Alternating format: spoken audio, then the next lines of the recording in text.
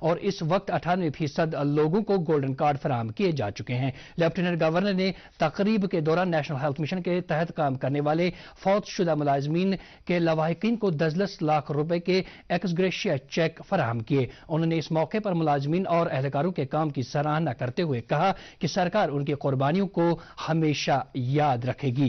ناظرین، خبریں جاری ہیں، پہلے یہ وقفہ۔ چیک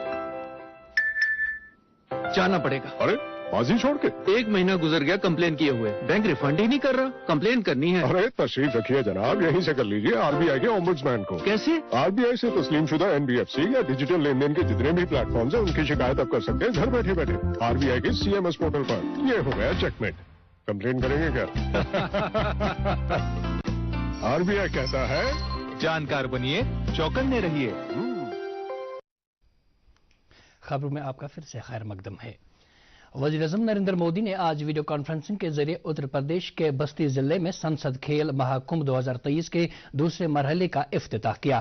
اس موقع پر اپنی تقریر میں وزیر اعظم نے کہا کہ کھیل مقابلوں کا اہتمام لگاتار بنیادوں پر ہونا چاہیے تاکہ کھلاڑیوں کو اچھی تربیت فراہم کی جا سکے۔ انہوں نے کہا کہ ہمارے سماج میں کھیلوں کی جانب سوچ مثبت ہو رہی ہے، جس کا یہ نتیجہ نکل رہا ہے کہ ہمارے کھلاڑی نہ صرف قومی بلکہ بین الاقوامی سطح کے کھیل مقابلوں کے علاوہ اولمپکس اور پیرا اولمپکس میں شاندار کارکردگی کا مظاہرہ کرتے ہوئے تمغے بھی حاصل کر رہے ہیں۔ واضح رہے، کھیل مہاکمبھ انڈور اور آؤٹ ڈور دونوں طرح کے کھیل مقابلوں کا انتظام کرتا ہے، جس میں کشتی، کبڈی، کھوکھو، باسکٹ بال، فٹ بال، ہاکی، شطرنج، بیڈمنٹن اور ٹیبل ٹینس جیسے کھیل شامل ہیں۔ ان کے علاوہ کھیل مہاکمبھ کے دوران مضمون نویسی، مصوری اور رنگولی بنانے کے مقابلے بھی منعقد کیے جاتے ہیں۔ جموں کشمیر انتظامیہ نے سال 2022 کے دسمبر مہینے میں سدرا جموں میں ہوئے ایک تصادم کا مجسٹریٹ کے ذریعے تحقیقات کرنے کا حکم دیا ہے۔ اس تصادم میں 4 دہشت گردوں کو مارا گیا تھا۔ اسسٹنٹ کمشنر جموں پیوش دوترا کو انکوائری آفیسر مقرر کیا گیا ہے۔ واضح رہے، دسمبر کی 28 تاریخ کو اس وقت یہ تصادم ہوا تھا جب حفاظتی عملے کو ایک اطلاع ملی تھی کہ ایک ٹرک جو سری نگر کی طرف جا رہا ہے میں 4 ملیٹنٹ سوار ہیں اور وہ بھاری ہتھیاروں سے لیس ہیں۔ پولیس نے فوری طور کارروائی کی اور ٹرک کو سدرا پل پر روکا جس میں یہ ملیٹنٹ سوار تھے اور 4 کو موقع پر ہی ہلاک کیا گیا، تاہم ان کی شناخت نہیں ہو پائی۔ اس حملے کے فوراً بعد یہ بھی بتایا گیا تھا کہ ٹرک ڈرائیور فرار ہو گیا ہے جس کو تلاش کرنے کی کارروائی شروع کی گئی تھی، تاہم وہ ابھی تک پولیس کے ہاتھ نہیں آیا۔ معاملے کی نوعیت کو دیکھتے ہوئے جموں کشمیر انتظامیہ نے اس تصادم کے پورے حقائق جاننے کے لیے اب تحقیقات کا حکم جاری کیا ہے۔ جموں کشمیر انتظامیہ ڈیری سیکٹر میں اگلے 5 سال کے دوران بے روزگار نوجوانوں کے لیے 16,000 نوکریاں فراہم کرنے کا ارادہ رکھتی ہے۔ ساتھ ہی UT سرکار نے ڈیری سیکٹر کی ترقی کے لیے اگلے 5 سال کے لیے 350 کروڑ روپے بھی مختص رکھے ہیں۔ ان باتوں کا اظہار ایڈیشنل چیف سیکرٹری زرعی پیداوار اٹل ڈلو نے ایک اعلیٰ سطح کی میٹنگ میں کیا۔ انہوں نے کہا کہ اس طرح کے پروجیکٹ قائم کرنے سے جموں کشمیر کے لوگوں کے معیار زندگی کو بہتر بنائی جا سکتی ہے۔ انہوں نے کہا کہ جموں کشمیر پورے ملک میں دودھ کی صنعت میں ایک ماڈل کے طور پر ابھر رہا ہے۔ بھارت کی G20 صدارت کے تحت صحت سے متعلق ورکنگ گروپ کی پہلی میٹنگ آج کیرلا کے ترووننتھاپورم میں شروع ہوئی۔ صحت اور خاندانی بہبود کی مرکزی وزیر مملکت بھارتی پروین پوار نے اس کا افتتاح کیا۔ اس موقع پر اپنے خطاب میں وزیر موصوف نے کہا کہ عالمی وبا سے متعلق پالیسی ہماری صحت سے متعلق پالیسی کا ایک اہم حصہ ہونا چاہیے، کیونکہ ایک دوسرے سے جڑے رہنے کے باعث موجودہ وقت میں کسی بھی بحران کا نتیجہ اقتصادی بحران کی شکل میں ظاہر ہوتا ہے۔ انہوں نے کہا کہ کووڈ-19 کو مد نظر رکھتے ہوئے ہمیں ایسے اقدامات کرنے چاہیے جن کی بدولت آئندہ آنے والے سالوں میں اس طرح کا کوئی وبا ہمارے سامنے نہ آئے۔ Department of ecology and environment کی طرف سے جموں میں آج ایک ورکشاپ کا انعقاد کیا گیا جس میں جموں اور سری نگر شہروں کے لیے CRCAP ایکشن پلان کے خدوخال کا احاطہ پیش کیا گیا۔ اس موقع پر کمشنر سیکرٹری جنگلات اور ماحولیات سنجیو ورما نے چیئرمین کی حیثیت سے شرکت کی۔ ورکشاپ کے دوران ماحولیاتی آلودگی کے حوالے سے جانکاری دی گئی کہ موجودہ وقت میں جموں اور سری نگر شہر آلودگی کے ایک سنگین مسئلے سے دوچار ہو رہے ہیں جس کا سدباب کرنا ضروری ہے تاکہ روزمرہ کی زندگی صاف ہو ہوا میں نشو نما پا سکے۔ کمشنر سیکرٹری نے کہا کہ مرکزی سرکار نے ماحولیات کی آلودگی کا خاتمہ کرنے اور کاربن کے اخراج پر قدغن لگانے کی خاطر کئی اسکیمیں شروع کی ہیں، جن میں پنچ امرت مشن لائف وغیرہ شامل ہیں۔ انہوں نے کہا کہ انتظامیہ CRCAP کی عمل آوری کے لیے تمام لوگوں کو شامل کرنا چاہتی ہے تاکہ ماحول کے آلودگی پر قابو پانے میں مدد مل سکے۔ جموں کشمیر کی انتظامیہ کی ہدایت پر پوری UT میں سرکاری اراضی پر غیر قانونی تجاوزات کو ہٹانے اور اسٹیٹ لینڈ کو لوگوں کے قبضے سے آزاد کرنے کی جو مہم شروع کی گئی ہے وہ اس وقت تمام اضلاع میں شدومد کے ساتھ جاری ہے۔ اس مہم کے تحت اب تک ضلع بانڈی پورہ میں 28,000 کنال اراضی ناجائز قبضے سے چھڑائی گئی۔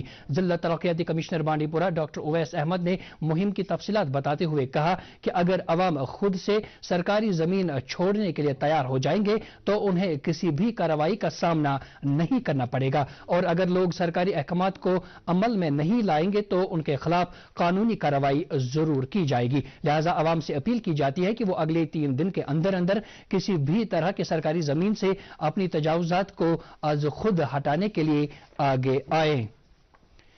جموں کشمیر میں مچھلیوں کے بیج کو مؤثر طریقے پر استعمال میں لانے اور ٹراؤٹ مچھلیوں کی پیداواری صلاحیت کو بڑھانے کے لیے آج لال منڈی سری نگر میں ایک جانکاری کیمپ کا انعقاد کیا گیا۔ کیمپ کا افتتاح ناظم زراعت کشمیر چودھری محمد اقبال نے کیا۔ انہوں نے اس موقع پر مختلف محکموں کے عہدیداروں سے کہا کہ ہمیں نہ صرف زرعی سیکٹر کی ترقی کے لیے اقدامات کرنے کی ضرورت ہے بلکہ اس شعبے سے منسلک تمام شعبوں خاص طور سے مچھلی پالن کو بڑھاوا دینے کی خاطر ٹھوس اقدامات کرنے ہوں گے۔ انہوں نے کہا کہ جموں کشمیر انتظامیہ اس بات کی وعدہ بند ہے کہ وہ کسانوں اور دوسرے زرعی شعبوں سے تعلق رکھنے والے لوگوں کی سماجی اور اقتصادی ترقی یقینی بنائے۔ کیمپ میں ڈائریکٹوریٹ آف فشریز اور سکوسٹ کشمیر کے شعبہ فشریز کے ہیڈ آف ڈپارٹمنٹ کے علاوہ دیگر ماہرین نے شرکت کی۔ نیشنل کانفرنس کے نائب صدر عمر عبداللہ نے آج سری نگر کے پارٹی ہیڈ کوارٹر پر حلقہ انتخاب گریز کے پارٹی کارکنان اور عہدیداران کے ایک روزہ کنونشن سے خطاب کرتے ہوئے کہا کہ ابھی تک اس بات کا اندازہ لگایا جا رہا تھا کہ الیکشن کمیشن جموں کشمیر میں انتخابات کرانا نہیں چاہتا ہے، لیکن گزشتہ روز نئی دلی میں ہوئی آل پارٹی میٹنگ میں الیکشن کمشنر آف انڈیا نے کہا کہ کمیشن جموں کشمیر میں الیکشن کرانے کے لیے تیار ہے، تاہم وہ وزارت داخلہ سے موسم اور سیکورٹی صورتحال کے بارے میں گرین سگنل کا انتظار کر رہے ہیں۔ اس سے صاف ظاہر ہوتا ہے کہ بھاجپا الیکشن کرانے کے حق میں نہیں ہے۔ پارٹی جنرل سیکرٹری علی محمد ساگر نے بھی اس موقع پر تقریر کرتے ہوئے گریز کے پارٹی عہدیداروں اور کارکنوں پر زور دیا کہ وہ پارٹی کی مضبوطی کے لیے کام کریں۔ کنونشن میں نذیر گریزی نے بھی خطاب کیا۔ BSF کی طرف سے آج آزادی کے امرت مہوتسو کے تحت ڈل جھیل کے کنارے نشاط باغ میں بینڈ شو کا اہتمام کیا گیا۔ اس شو کو دیکھنے کے لیے مقامی لوگوں کے علاوہ سیاحوں کی ایک بڑی تعداد موجود تھی، جنہوں نے BSF کے اس بینڈ شو کا مزہ لیا اور خوشی کا اظہار کیا۔ بینڈ شو میں BSF کے ماہر اہلکاروں نے حصہ لیا اور اس موقع پر inspector general BSF Kashmir frontier نے بینڈ کو اپنی نیک خواہشات پیش کی۔